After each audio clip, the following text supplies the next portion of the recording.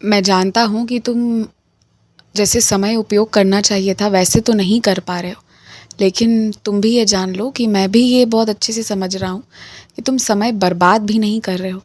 तुम जिस तरह से हरि नाम लेते रहते हो, दिन भर मुझे स्मरण करते रहते हो, मुझे लगता है सोते जागते दोनों ही अवस्था में तुम मुझे याद करते रहते हो।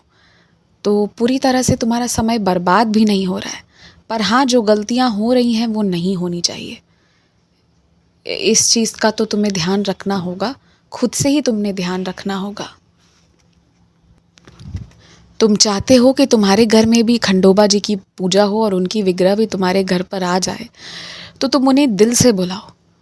तुमने इतना प्रयत्न किया है खंडोबा जी को घर में स्थापित करने का, कभी इस दुकान, कभी यहाँ, कभी वहाँ, कभी ऐसे, कभी वैसे, पर ये सब सफल नहीं हो पा रहा है क्योंकि तुम प्रयत्न सारे कर रहे हो। परंतु एक बार तुम दिल से खंडोबा महाराज को कहो, उन स्वामी को कहो कि वो तुम्हारे पास आए, वो तुम्हारी पूजा स्वीकारें।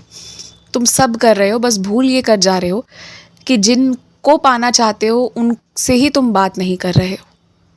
और सच कहूँ तो खंडोबा महाराज भी तुम्हारे घर पर आने को तैयार हैं, परंतु वो इस चीज़ का इंतज़ार कर रहे हैं कि तुम स्वयं उनसे बातें करो। तुम खुद जाओ उनसे बात करो और फिर देखो वो कैसे आएंगे। उसके बाद तुम छोड़ दो, कोई प्रयत्न मत करो, अपने आप वो आ जाएंगे।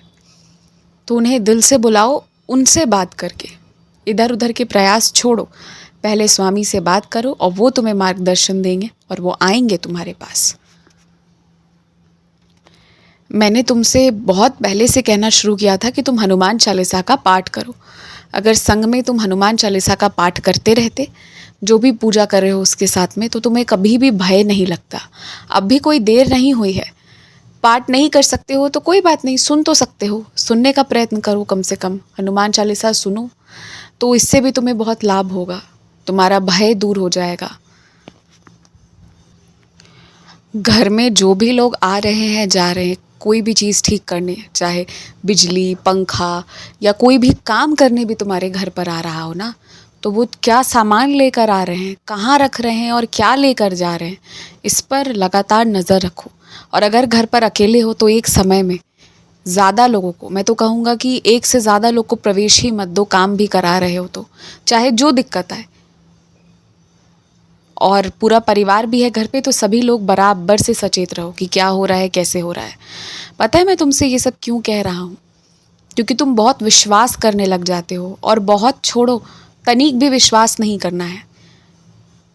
तुम इस चीज़ को समझो कि बाहर जो तरह तरह की चीज़ें हो रही हैं और तुम्हें मैं सचेत करता हूँ, तो इसलिए इसमें तुम्हारी भलाई छुपी हुई है कि तुम किसी पर विश्वास ना करो।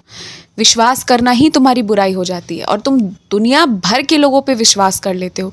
बस जब मेरे ऊपर बात आती है ना, तब तुम एकदम धैर्य खो देते हो। तब तुम्हें लगता है कि बाबा आप में तो शक्ति ही नहीं है, मुझसे तुम ऐसा करते हो, जबकि तुम्हें विश्वास सिर्फ मुझ पे करना चाहिए और लोगों पर नहीं करना चाहिए। और मत करो, मैं तुम्हें यही समझा रहा हूँ। और जिसकी नीयत खराब होगी ना, वो तुम्हारे घर पे ज़्यादा दिन टिक भी नहीं पाएगा। जिसकी नीयत अच्छी होगी या जो अपनी नीयत बदल कर अच्छी कर लेगा, वही तुम्हारे घर आएगा।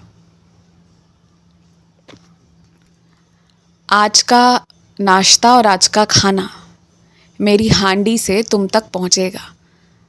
अब जो तुम्हारे बगैर मेहनत किए, तुम्हारे बिना प्रयत्न किए जो आज तुम्हारे पास नाश्ता और खाना आएगा ना, जिस भी माध्यम से आएगा, जो भी तुम्हारे लिए लाकर देगा, आज वो मेरा प्रेम है तुम्हारे लिए, मेरा आशीर्वाद है तुम्हारे लिए। तुम उसे ज़रूर ग्रहण करना, मुझे बहुत अच्छा लगेगा। खूब खुश रहो, आयुष्मान भवा।